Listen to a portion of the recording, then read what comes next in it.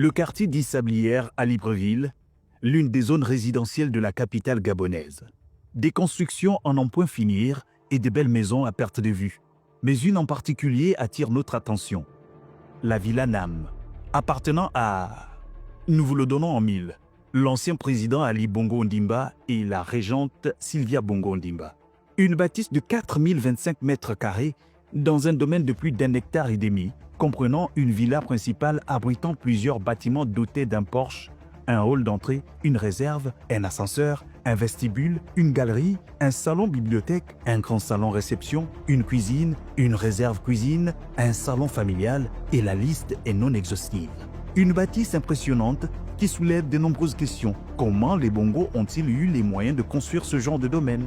Qui a financé les travaux de cette architecture gargantuesque? Des fonds privés ou le contribuable gabonais? Qui a participé à l'édifice de cette tour de Babel? Quand ont débuté les travaux de cette bâtisse? Véritable signe extérieur des richesses. Chose étrange, les travaux de la Villa Nam ont débuté précisément en avril 2008. Sylvia Bongo Ondimba, alors épouse d'Ali Bongo Ondimba, ministre gabonais de la Défense, contacte plusieurs sociétés dont Axial pour lancer les travaux topographiques d'une résidence privée à la Sablière aux frais de l'État gabonais. Montant global de l'action, plus de 100 millions de francs CFA réglés en plusieurs mensualités. Dès lors, il est important de se demander comment la femme d'un ministre, fût-il fils du président, construire une résidence privée aux frais du contribuable. CDAI, Axial, GRI, Socotec, PL Engineering, Universal vont alors se lancer dans ce qu'ils considèrent comme le contrat du siècle. 4 milliards 57 millions 69 252 francs CFA à se partager.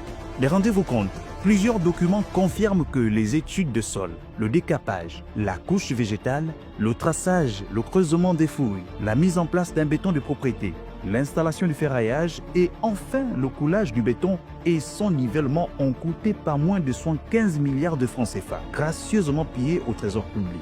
Construire un château en est une chose, mais l'entretenir en est une autre. La Villa Nam est un véritable gouffre à sous. Gouffre à sous pour le contribuable gabonais, oui, vu que le clan Bongo Ondimba Valentin n'a jamais dépensé un sou pour prendre soin d'un bâtiment construit sur le sang des Gabonais. Sylvia Bongo Ondimba, il faut le dire, entretenait une relation incestueuse avec l'argent gabonais tant elle avait fait du trésor public son agent comptable personnel via plusieurs banques sur le territoire national, BGFI, Orabank, UGB et à l'international. En janvier 2015, la Dame de Fer lance le projet Silver Bands afin de décorer ce qu'elle considère comme la plus belle propriété du Gabon.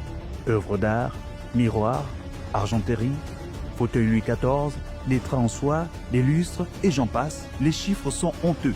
Des montants allant de 300 000 à plus de 3 millions d'euros. En voulant convertir les montants de cette transition datant de janvier à juillet 2015, notre calculatrice a rendu l'âme. Faites ce que je dis, ne faites pas ce que je fais. Pendant qu'Ali Bongo Ondimba, tout au long de son mandat, arguait qu'il fallait diminuer le train de vie de l'État, sa famille et lui jouaient au pacha avec les deniers publics. Les hommes mentent certainement, les chiffres pas.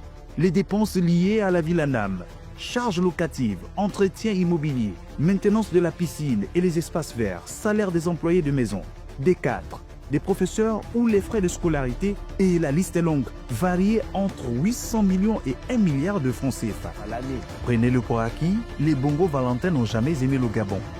Tenez-vous bien, Noureddin Bongo Valentin, fils chéri du roi, a fait payer en mars 2010 et frais aux contribuables gabonais son BlackBerry, certainement des dernières générations, d'à peine 330 000 francs CFA.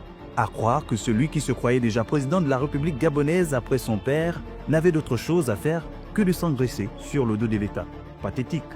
En République gabonaise, il était coutume d'entendre « Je suis plus gabonais que toi ». Mais ironie du sort, chez le clan Bongo Valentin, les animaux avaient plus de considération que les humains. Entretenir un chien de l'ancienne première dame impliquait qu'il soit soigné dans les structures pour animaux les plus huppés du monde. À titre d'exemple, leur chien bénéficiait des évacuations sanitaires en jet présidentiel et se faisait suivre à Londres. Les factures parlent d'elles-mêmes.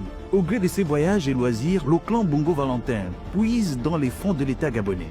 Entre des achats de sacs Louis Vuitton, Hermès, au tableau de décoration en passant par des vêtements des petits derniers, la facture est salée. Les faits sont établis. Le duo mère-fils Bongo Valentin a financé bien avant l'arrivée d'Ali Bongo au pouvoir un train de vie extravagant à Paris et à Londres, utilisant des fonds issus directement du trésor public.